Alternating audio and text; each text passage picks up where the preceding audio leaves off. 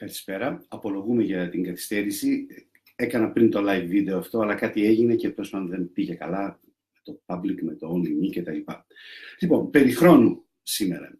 Το τελευταίο καιρό υπάρχουν πολλοί και ιδιαίτερα φυσικοί, οι οποίοι λένε ότι ο χρόνος είναι μια ψευδαίσθηση, είναι ένα ψέμα και είναι μια κατασκευή του ανθρώπινου νου που υπάρχει μόνο μέσα μας, ενώ στο σύμπαν δεν υπάρχει χρόνος. Προσωπικά δεν έχω καμία αντίρρηση με την ίδια την διατύπωση αυτή, αλλά με την ίδια την υπόθεση αυτή, τη θεωρία, αλλά έχω θέμα και έχω πρόβλημα, τεράστιο μάλιστα, με τις προεκτάσεις που αποκτά αυτό που λένε όταν λέγεται όπως το λένε συνήθως, όπως τουλάχιστον έχω εγώ στο μυαλό μου αυτό που θέλω να πω. Είναι γεγονός ότι σίγουρα διάφορες φιλοσοφικές υποθέσεις κατά καιρούς ενέπνευσαν φυσικές θεωρίες και πολλές φορές συνέβη και το αντίστροφο. Διάφορες φυσικές θεωρίες ενέπνευσαν φιλοσοφικές υποθέσεις πανέμορφες που άλλαξαν την πορεία μας στον κόσμο του είδους μας. Παλαιότερα ο φυσικός και ο άνθρωπος ήταν μπροστά, θεωρούσε το εξής, ότι ήταν μπροστά σε έναν αντικειμενικά υφιστάμενο πραγματικό κόσμο, μια φύση η οποία υπάρχει εκεί μπροστά, έξω από μας, έξω από μένα, και μπορώ ως φυσικός ή ως άνθρωπος να την παρατηρήσω, να την κατανοήσω, να καταλάβω από τι είναι φτιαγμένη και έτσι να την προσετεριστώ, να μπορέσω να νιώσω, δηλαδή να καταλάβω τα στοιχεία που την αποτελούν. Με δύο λόγια, ο ρόλος του φυσικού ήταν να μελετήσει τι είναι η φύση, τι είναι. Μελετούσε υποστάσεις, οντότητες φυσικές. Τι είναι η φύση. Όμως τα πράγματα αλλάξανε. Σήμερα ξέρουμε ότι ο ανθρώπινος εγκέφαλος, αλλά και τα αντιληπτικά μας όργανα, οι αισθήσεις μας, ο τρόπος που λειτουργούμε γενικά εμείς, δεν επαρκούν για να κατανοήσουμε το πώς είναι η φυσική πραγματικότητα εκεί πέρα έξω. Δεν κατανοούν, δεν μπορούμε διόλου. Άρα ο ρόλος του φυσικού άλλαξε σήμερα. Είναι ποιος, όχι να καταλάβει μελετώντας τον κόσμο τι είναι ο κόσμος, από τι είναι φτιαγμένος ο κόσμος, αλλά πώς σχετίζονται τα μέρη του και πώς λειτουργούν τα μέρη του. Άρα λοιπόν ο φυσικός σήμερα προτείνει μόνο διάφορα μοντέλα. Η φυσική προτείνει μοντέλα του κόσμου, μοντέλα της πραγματικότητας, που ωστόσο τα μοντέλα αυτά δεν αναπαριστούν την ίδια την πραγματικότητα. Είναι μόνο μαθηματικά μοντέλα. Ένα μοντέλο δεν μας λέει πώς είναι ο κόσμος, αλλά πώς λειτουργούν τα μέρη του και πώς σχετίζονται μεταξύ τους. Άρα, όταν μου λέει ένας φυσικός ότι, ας γυρίσουμε πίσω στο θέμα του βίντεο αυτού, ότι δεν υπάρχει χρόνος, ας πάρουμε αυτό το σκέλος, μου λέει ουσιαστικά ότι δεν υπάρχει ο μονόδρομος χρόνος της ανθρώπινης εμπειρίας. Δηλαδή, όπως ζούμε όλη τη ζωή μας από το παρελθόν, σε μια μονόδρομη πορεία διά του παρόντος προς το μέλλον. Μας λέει ότι υπάρχει χρόνος αμφίδρομος στο σύμπαν έξω και ο χρόνος αυτός σημαίνει ότι μπορώ να κινηθώ από το παρελθόν προς το μέλλον, από το μέλλον προς το παρελθόν με τον ίδιο τρόπο. Σαν ένα τρενάκι που αν κυλήσει σε μια σιδηροτροχιά μπρος-πίσω θα βλέπει τα ίδια και απαράλλαχτα ακριβώς τοπία. Ως εδώ καλά, τέτοιο είναι, ας πούμε, το χωροχρονικό μοντέλο του Einstein, όπου λέει ότι ο χρόνος είναι αμφίδρομος, δεν είναι μονόδρομος όπως είναι ο χρόνος της ανθρώπινης αντίληψης. Ως εδώ, εντάξει, κατά κάποιο τρόπο. Αλλά καταρχάς υπάρχουν διάφορες θεωρίες φυσικές, όχι όπως το χωροχρονικό μοντέλο του Einstein, μέσα από τη θεωρία της πολυπλοκότητας, ας πούμε, όπου υπάρχουν προτάσεις ότι ο χρόνος όντως στη φύση είναι όπως τον βιώνει ο άνθρωπος. Είναι επίσης μονόδρομος. Δεν θα μείνω σε αυτά τα θέματα, είναι λεπτομέρειες που δεν μας ενδιαφέρουν.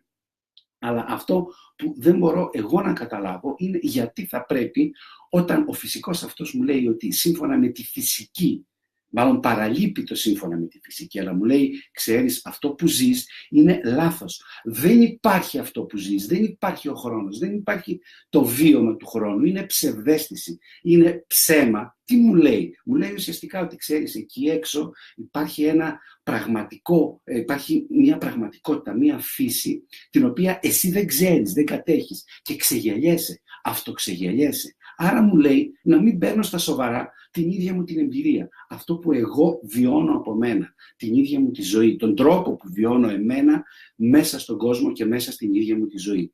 Φυσικά δεν λέω να γυρίσουμε πίσω στην αλαζονική, ντεμοντέ πλέον, σαφώς ανθρωπομορφική αντίληψη ότι ο κόσμος είναι στρογγυλεμένα όπως τον καταλαβαίνω εγώ, προκρούστια, σε καμία των περιπτώσεων. Όπως δεν μπορώ να πω εγώ ότι η φύση είναι όπως εγώ την αντιλαμβάνομαι, δηλαδή ότι υπάρχει χρόνος όπως εγώ τον αντιλαμβάνομαι, εξίσου και ο φυσικός δεν έχει κανένα δικαίωμα να έρθει και να μου πει ότι ξέρεις, ο χρόνος είναι σωστός όπως τον λέει η φυσική, όχι όπως τον λέει η αντίληψή σου. Κανένας δεν έχει δίκιο. Η αντιπαλότητα είναι εντελώς άτοπη και ανυπόστατη, δεν υπάρχει λόγος να υπάρχει. Όταν όμως μου το λέει ο φυσικός αυτό το πράγμα κατηγορηματικά, ότι ξέρεις είναι ψευδαίσθηση, ξύπνα, τι κάνει τότε? Για μένα δύο πράγματα, δύο ζημιές μεγάλες, πολλές οι ζημιές, δύο είναι οι κυριότερες. Η μία είναι ότι μου λέει ξέρεις, έχεις λάθος, λες ψέματα είναι αυτό. Ποιος λέει ψέματα, σε ποιον? Δηλαδή εγώ ο ίδιος, οι αισθήσεις μου, η υποκειμενική μου αντίληψη μου λέει ψέματα. Ποιο είναι το αποτέλεσμα? Νιώθω λάθος, νιώθω λειψός, νιώθω σαν να παραβαίνω κάποια θρησκευτικά αξιώματα μιας θρησκείας που ξέρει ποιο είναι το σωστό και εγώ είμαι λάθος.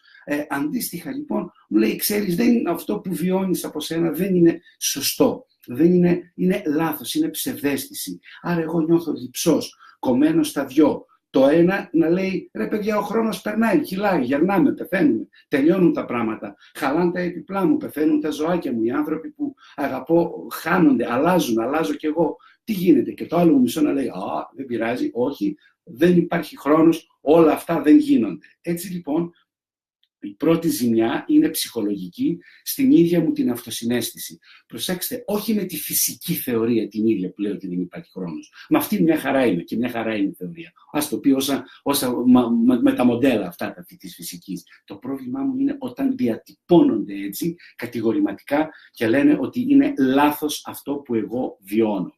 Η δεύτερη ζημιά που γίνεται είναι ότι κατά τη γνώμη μου πίσω από τέτοιου είδους απόπειρες από τη φυσική προς τη φιλοσοφία να πάμε, κατηγορηματικά και απόλυτα όμως, υπάρχουν κάποιες προτροπές για μια αναζήτηση μιας πνευματικής οδού. Διότι, κοιτάξτε λίγο, δεν υπάρχει χρόνος, σωστά λέει. Λοιπόν, και άρα παρελθόν, παρόν, μέλλον τα ίδια. Άρα αυτό δεν είναι μια αθανασία. Δεν πεθαίνουμε ποτέ. Είναι ενάντια στη θνητότητα αυτό το πράγμα. Βγαίνει ο φυσικός και λέει δεν υπάρχει θάνατος. Μπορεί να μην υπάρχει θάνατος, μπορεί να μην υπάρχει θάνατος της ενέργειάς μου ή δεν ξέρω τι. Εγώ ο ίδιος ψοφάω, τελειώνω, πάβει η αυτοσυνείδησή μου, πάβει η αυτοσυναίσθησή μου, πάβει. Άρα υποκειμενικά υπάρχει χρόνος, υπάρχει θάνατος, υπάρχει θνητότητα. Και πραγματικά δεν βρίσκω το λόγο γιατί πρέπει κάποιος να τα αφήσει όλα αυτά. Καταλαβαίνω ότι η παρηγοριά, χρειαζόμαστε όλοι οι άνθρωποι παρηγοριά, ελπίδα για την πορεία, για τη φθορά, για όλα αυτά, για να αντέχουμε τα αβάσταχτα κυριολεκτικά υπαρξιακά μας δεδομένα. Ένα από αυτά, το κυριότερο ίσως είναι η επίγνωση της πορείας μας προς τον φυσικό μας θάνατο. Αλλά όταν αυτή η παρηγοριά γίνεται μέσω μιας υπόσχεσης για κάτι άλλο, τότε για μένα δεν λέγεται πια παρηγοριά, λέγεται μορφήνη και λέγεται τάισμα μιας ψευδαίσθησης. Ουσιαστικά για μένα παρηγοριά και ελπίδα είναι να μου δείξει κάποιος πώς να με βοηθήσει, να μου συμπαρασταθεί, στο να μάθω να αντέχω τη φθορά μου, αυτό που είμαι, την ανθρώπινη μου υπόσταση. Όχι να μου λέει δεν πειράζει που είσαι έτσι γιατί δεν υπάρχει χρόνος. Δεν πειράζει που έχεις πανικούς που βλέπεις την αρρώστια ή το χρόνο επάνω σου να σε χαράζουν καθημερινά και άρα να παρηγορηθείς γιατί αυτό είναι μια ψευδαίσθηση που έχεις. Επομένως, η δεύτερη λοιπόν τεράστια ζημιά για μένα είναι όταν διατυπώνονται έτσι οι καθόλου πιθανότατα σωστές φυσικές θεωρίες. Όταν διατυπώνονται έτσι κατηγορηματικά και μάλιστα από διαπρεπείς επιστήμονες οι οποίοι επιμένουν διαρκώς να βγαίνουν στα μέσα ενημέρωσης παγκοσμίως, όχι μόνο στην Ελλάδα, και να λένε με τέτοιο κατηγορηματικό τρόπο και τέτοια διατύπωση, τέτοια πράγματα. Η ζημιά είναι λοιπόν ότι αν βλύνονται οι ικανότητές μας να μεταβολίζουμε την αγωνία, αν θέλετε, της θνητότητάς μας. Και γιατί εφόσον παρηγοριέμαι, ας περάσει αυτή η ζωή, δεν υπάρχει θάνατος, δεν υπάρχει χρόνος, ας περάσει αυτή η ζωή, ας τελειώσει όπως είναι, δεν πειράζει.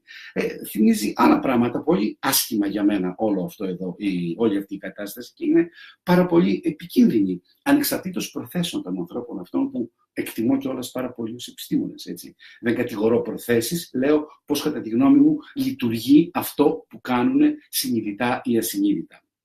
Επομένως, εγώ ζω λουσμένος μέσα στο χρόνο. Ζω λουσμένος στη χρονική ροή, στο χρονικό ποτάμι. Και πραγματικά, πώς μπορεί να πει κανείς, δηλαδή, βλέπω το σώμα μου να αλλάζει μέρα με τη μέρα. Αυτό δεν είναι χρόνος. Και μάλιστα η υποκειμενική μου αίσθηση του χρόνου μεταβάλλεται. Όταν ζω έναν τεράστιο έρωτα, υπέροχο, παραδεισένιο και θαυμάσιο, ο χρόνος διαστέλλεται. Γίνεται ένα διευρυμένο παρόν, τεράστιο. Όλα είναι πανέμορφα και αιώνια. Όταν όμως περιμένω σε 10 μέρες τα αποτελέσματα μιας βιοψίας, ο χρόνος γίνεται λιωμένο σίδερο, στάλες σιδερένιες που πέφτει αμήλικτα μπροστά μου και βασανιστικά αργά. Λοιπόν, όλα αυτά για μένα είναι ζωή. Χαρούμενη ή οδυνηρή, πάντως ζωή. Το να σκεφτώ ότι όλα αυτά δεν έχουν νόημα, γιατί υπάρχει μια πνευματική αναζήτηση μιας άλλης διάστασης, όπου δεν υπάρχει χρόνος, κυριολεκτικά, προσωπικά και μόνο, δεν με ενδιαφέρει διόλου. Με τα χίλια λοιπόν προσωπικά επιλέγω τη θνητότητά μου. Μου αρέσει να είμαι θνητός, μου αρέσει να πονώ, να χαίρομαι, να μετρώ και να θρηνώ ταυτοχρόνως τα πολύτιμα δευτερόλεπτά μου. Να σκέφτομαι πώς μπορώ να αξιοποιήσω καλύτερα, κοντύτερα σε μένα τον ίδιο, τον όσο χρόνο μου απομένει, γιατί δεν είναι πολύς, και να μην τον σπαταλώ. Επιλέγω λοιπόν συνειδητά τη θνητότητά μου, με τα βάσανα και με τις χαρές της. Δεν αντιλέγω διόλου για τις φυσικές θεωρίες, ας πούνε ό,τι θέλουν, αλλά να με αφήσουν ήσυχο. Να μην έρχονται για να με βομβαρδίζουν συνέχεια ότι είναι ψέμα και ψευδαίσθηση αυτό που είμαι. Προτιμώ λοιπόν τη θνητότητά μου να ζήσω, παρά την υπόσχεση μιας οποιασδήποτε πνευματικής οδού, η οποία περί αθανασίας και περί έλλειψης του χρόνου, η οποία είναι στηριγμένη δήθεν σε μια φυσική θεωρία, όπου καταρχάς ξέρουμε ότι αυτό είναι ένα επιστημολογικό ατόπιμα. Ας μείνουν οι φυσικές θεωρίες εκεί και ας μείνουν οι χαρές μου και τα βάσανά μου σε μένα τον ίδιο. Σας ευχαριστώ πολύ. Το επόμενο live βίντεο θα έχει για θέμα τις σχέσεις, μάλλον υποθέτω, προς τα εκεί το πάω δηλαδή, και θα είναι σε 15 περίπου μέρες, η μέρα Πέμπτη και όχι Τετάρτη όμως, πάλι στα αιρετικά θα είναι, και υπενθυμίζω ότι στο προφίλ μου μπορείτε να βρείτε να δείτε το σύνδεσμο που μπορείτε να βρείτε τα live βίντεο αυτά κάτω από κάθε βίντεο, κάτω από κάθε live βίντεο, εκτός Facebook. Και αν ενδιαφέρεστε, παρακαλώ πολύ να ενημερώνεστε για τις δραστηριότητες μου, για τα επόμενα live βίντεο ή για διάφορα βίντεο που κάνω ή άλλα πράγματα που κάνω. Καταρχήν με τιμάκι σας ευχαριστώ. Και δεύτερον, μπορείτε να μου στείλετε ένα mail. Θα χαρώ πάρα πολύ να ανεξαρτητοποιούμε όσο μπορώ από το Facebook, σιγά σιγά σταδιακά.